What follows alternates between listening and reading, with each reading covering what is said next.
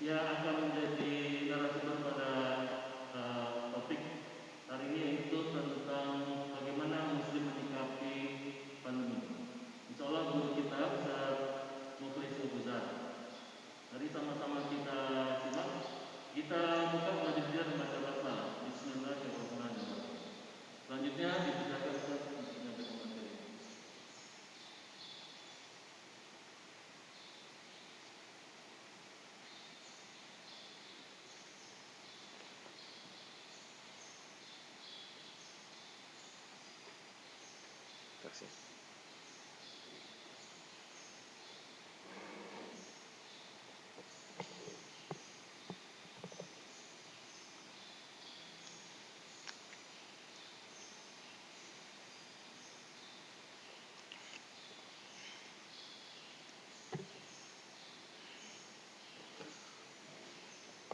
Assalamualaikum warahmatullahi wabarakatuh.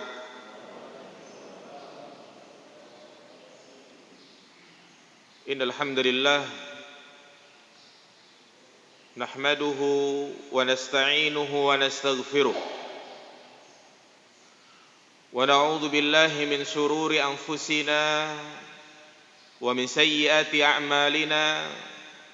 من يهده الله فلا مضل له ومن يضلل فلا هادي له.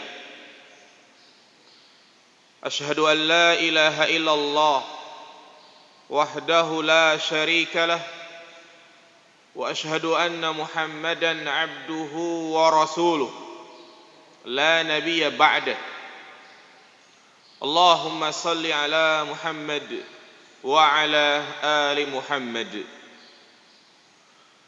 قال الله تعالى في القرآن الكريم: يا أيها الناس اتقوا ربكم الذي خلقكم من نفس واحدة وخلق منها زوجها وبث منهما رجالا كثيرا ونساء واتقوا الله الذي تساءلون به والأرحام إن الله كان عليكم رقيبا. وقال النبي صلى الله عليه وسلم: فإن أصدق الحديث كتاب الله وخير الهدي هدي محمد صلى الله عليه وسلم وشر الأمور محدثاتها فإن كل محدثة بدعة فإن كل بدعة ضلالة وكل ضلالة في النار. أما بعد أيها الإخوة أعزني الله وإياكم جميعا. Jamaah salat subuh Masjid Quba yang dirahmati Allah Subhanahu wa taala. Alhamdulillah, senantiasa dan tidak henti-hentinya kita terus memuji dan bersyukur kepada Allah Subhanahu wa taala yang telah banyak memberikan nikmat dan karunia kepada kita semua, yang mana sampai detik ini kita merasakan banyak sekali nikmat yang Allah berikan kepada kita. Nikmat aman, nikmat di mana kita tenang dalam melaksanakan ibadah, khusyuk dalam mengerjakan ibadah salat. Ini adalah nikmat yang harus betul-betul kita syukuri. Sebagaimana Rasulullah sallallahu alaihi wasallam menyampaikan, man asbaha minkum aminan fi sirbih mu'afan fi jasadih indahu qutu yaumihi faka'anna mahizat lahu dunya. Barang siapa di pagi hari di antara kalian dalam keadaan aman, aman di rumahnya, aman dalam ibadah, diberikan kesehatan pada badannya, terpenuhi kebutuhan sehari-harinya, terpenuhi kebutuhan makan setiap harinya, Apa kata Nabi sallallahu alaihi wasallam? Fa ka'annama hizat lahu dunya, seakan-akan terkumpul baginya dunia. Dan alhamdulillah, nikmat-nikmat tersebut ada pada kita semua. Nikmat diberikan aman, alhamdulillah. Kita beribadah tidak seperti saudara-saudara kita di luar sana. Mungkin seperti di Suriah, di Yaman, di negeri-negeri konflik, yang mana mereka beribadah dalam keadaan mencekam, khawatir. Kita subhanallah, salat dengan tenang, tidak takut dengan rudal dan yang lainnya. Maka syukurilah nikmat tersebut dengan selalu meningkatkan keimanan dan ketakwaan. Jamaah salat subuh yang dirahmati Allah Subhanahu wa taala, ketahuilah sesungguhnya Allah Subhanahu wa taala memerintahkan kepada kita untuk memikirkan dan merenungi kejadian-kejadian atau juga peristiwa-peristiwa yang ada di sekitar kita. Allah Subhanahu wa taala berfirman, "Awalam yatafakkaru ma fi anfusihim ma khalaqallahu as-samawati wal arda illa bil haqq wa ajalin musamma." Mengapa mereka tidak memikirkan apa yang terjadi pada diri mereka? Karena tidaklah Allah Subhanahu wa taala menciptakan langit dan bumi. Tidaklah Allah Subhanahu wa taala mentakdirkan apa yang ada di antara keduanya illa bil haq, kecuali dengan tujuan yang benar. Demikian pula apa yang kita rasakan pada kondisi saat ini, di mana beberapa pekan lalu virus corona yang semakin mengganas melanda negeri ini, muncul berbagai macam varian baru. Ada yang namanya Delta, Alpha, Beta, apalagi jemaah, banyak. Juga hampir setiap hari kita mendengar suara ambulan yang membawa orang yang meninggal, membawa orang yang sakit karena terpapar. Bahkan juga hampir setiap hari kita mendengar informasi kematian orang-orang yang terdekat dengan kita. Benar gak jamaah sekalian? Iya. Kalau kita buka grup WA, isinya innalillahi, innalillahi. Belum lagi imbas dari virus ini jamaah sekalian. Kita lihat banyak orang yang kehilangan pekerjaannya. Ribuan orang di PHK. Pengusaha-pengusaha pada bangkrut, pailit. Itulah ujian, musibah yang sekarang kita sedang mengalaminya.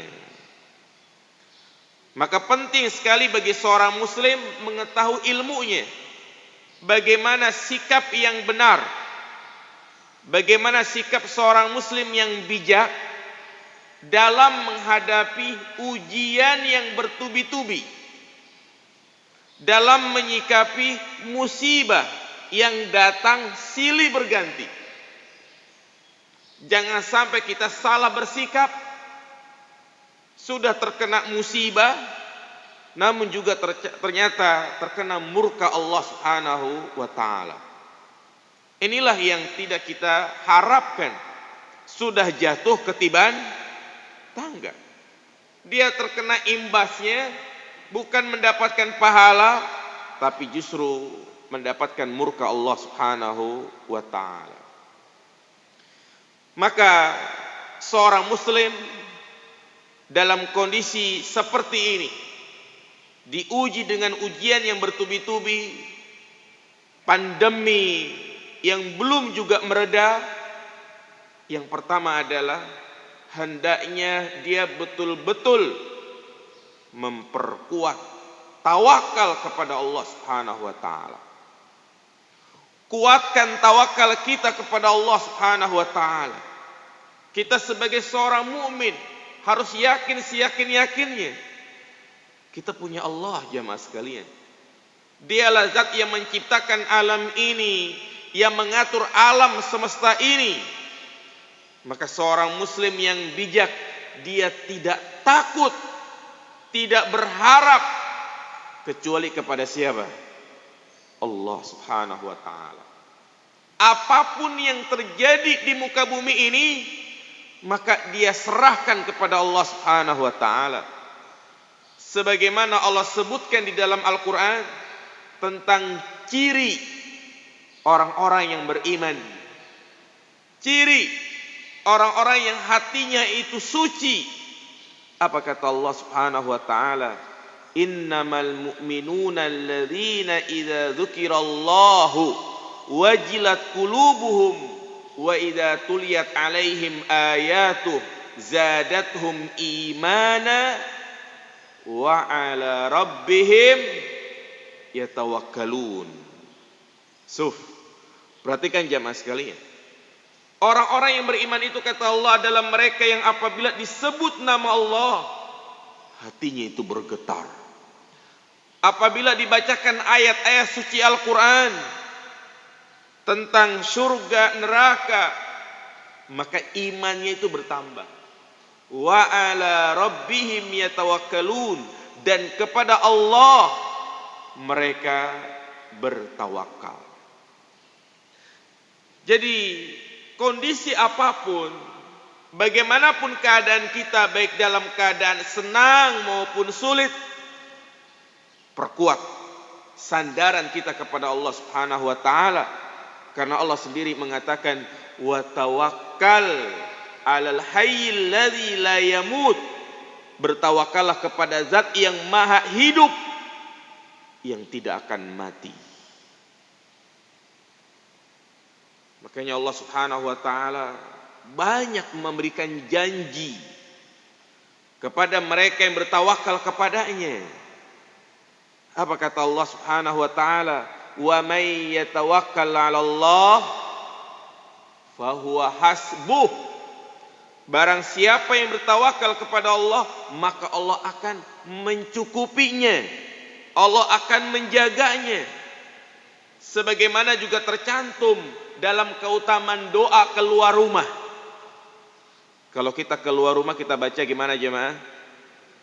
Bismillahi tawakkaltu 'ala Allah, la haula wala quwata illa billah. Nabi menyampaikan, idza kharaja ahadukum min baitihi, apabila salah seorang di antara kalian keluar rumah dan dia membaca bismillahi tawakkaltu 'ala Allah, dengan menyebut nama Allah, aku bertawakal kepada Allah. Tidak ada daya, tidak ada upaya kecuali milik Allah. Apa kata Nabi? Faqad hudita wa kufita wa wukita. Sungguh dia mendapatkan petunjuk, dia dijaga, dia ditolong oleh Allah Subhanahu wa taala. Kalau ada yang bertanya, kenapa kita harus betul-betul menguatkan tawakal kepada Allah? Kenapa kita tidak boleh bertawakal kepada selainnya?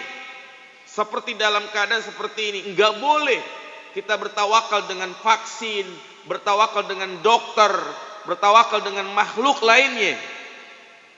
Kenapa jamaah sekalian? Karena ingat, semua yang terjadi di muka bumi ini itu di bawah kekuasaan Allah Subhanahu wa taala. Semua terjadi di bawah kehendak Allah Subhanahu wa taala. Apa kata Allah Subhanahu wa taala dalam surat At-Taghabun? Ma asaba min musibatin illa biidznillah. Ini materi tauhid jamaah sekalian. Tidak ada musibah yang menimpa seorang hamba illa biidznillah, kecuali atas izin siapa? Allah Subhanahu wa taala. Demikian pula terjadinya penyebaran virus corona di mana-mana. Terjadinya virus corona yang semakin mengganas di negeri kita, di India, dan di negara-negara lainnya. Semua ini di bawah kendali Allah Subhanahu wa taala. Semua ini di bawah kekuasaan Allah Subhanahu wa taala. Apapun yang dikehendaki oleh manusia, tetapi Allah tidak berkehendak, maka itu tidak akan terjadi. Kita lihat bagaimana usaha-usaha para pemimpin negara untuk mengentaskan virus dari muka bumi ini, jamaah sekalian. Pemerintah kita subhanallah sudah melakukan berbagai macam upaya. Dari awal munculnya virus diterapkan yang namanya PSBB, kemudian PPKM mikro, PPKM darurat, sekarang PPKM apa ini? Level 4, level 3, level 2, level 1. Udah seperti kita makan cabai aja. Ya ini usaha pemerintah, usaha manusia. Tetapi kalau Allah tidak berkehendak, apakah virus ini bisa kabur, jemaah? Tidak. Perkuat tauhid. Apapun yang dikehendaki oleh manusia, tetapi Allah tidak berkehendak, maka itu tidak akan terjadi. Apa kata Nabi sallallahu alaihi wasallam? Wa'lam annal ummata law ijtama'u ala an yanfa'uka bi syai'in lam yanfa'uka illa bi syai'in illa ma katabahu Allahu lak. Ketahuilah, seandainya umat ini berkumpul dalam rangka memberikan manfaat kepadamu, maka itu tidak akan terjadi kecuali atas apa yang ditetapkan oleh Allah Subhanahu wa taala. Wa'lam annal ummata law ijtama'u ala an yadurruka bi syai'in lam yadurruka illa ma kataballahu lak. Seandainya umat ini berkumpul dalam rangka ingin membahayakan kamu, niscaya itu tidak akan terjadi kecuali atas izin Allah Subhanahu wa taala. Ada orang yang masya Allah, dia betul-betul memperhatikan prokes, kemana-mana pakai masker, bahkan mungkin di rumah tetap pakai masker, tapi ternyata ujung-ujungnya kena juga. Ada juga sebaliknya, yang kemana-mana gak pernah pakai masker, tapi ternyata dia tidak kena. Inilah jamaah sekalian. Makanya para ulama mengatakan, Masya Allahu kana wa ma lam yasha lam yakun. Apapun yang dikehendaki oleh Allah, maka itu pasti akan terjadi. Dan sesuatu yang tidak dikehendaki oleh Allah, maka itu tidak akan terjadi. Alangkah bagusnya apa yang dikatakan oleh Al-Imam Asy-Syafi'i. Beliau mengatakan, ma syi'ta kana wa illam asya wa ma syi'tu illam tasya lam yakun. Ma syi'ta kana wa illam asya. Apa yang engkau kehendaki ya Allah pasti akan terjadi walaupun aku tidak berkehendak. Wa ma syi'tu illam tasya lam yakun. Apapun yang aku kehendaki tapi engkau tidak kehendaki, maka itu tidak akan terjadi.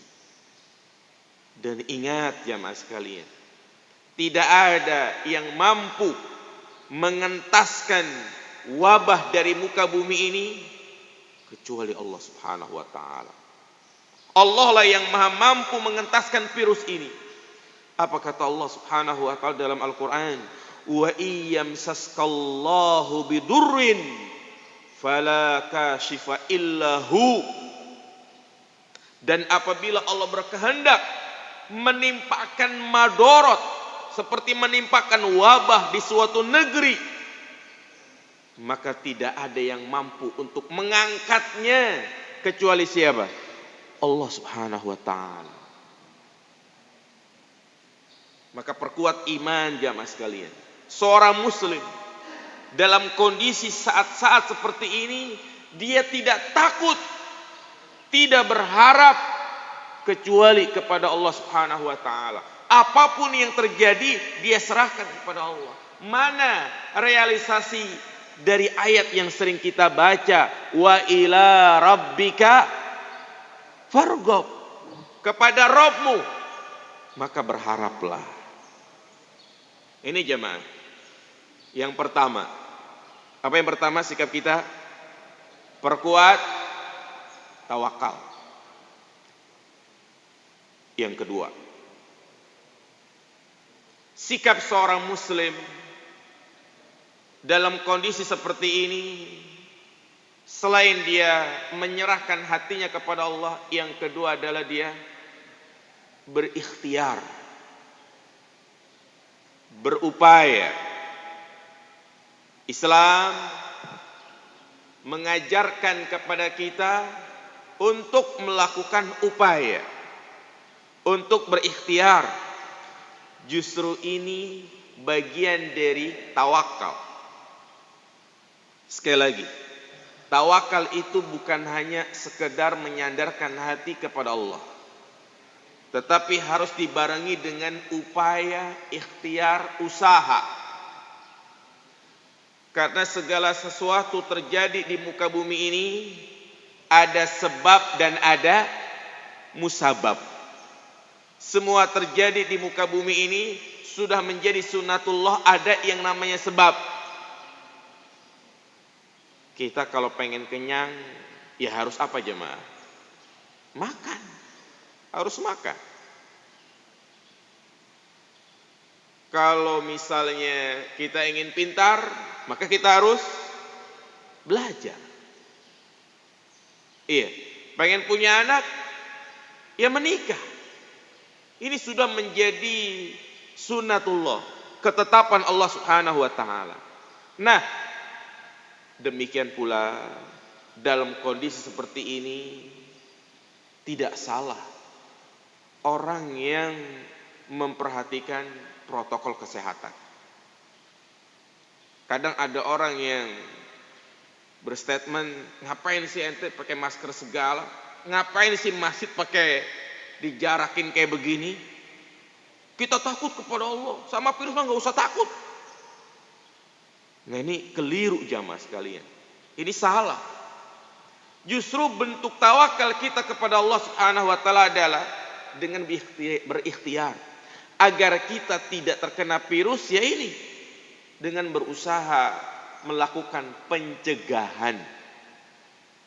Dan konsep pengobatan dalam Islam ada dua. Konsep pengobatan yang dibenarkan dalam Islam ada dua. Yang pertama adalah ad-difa.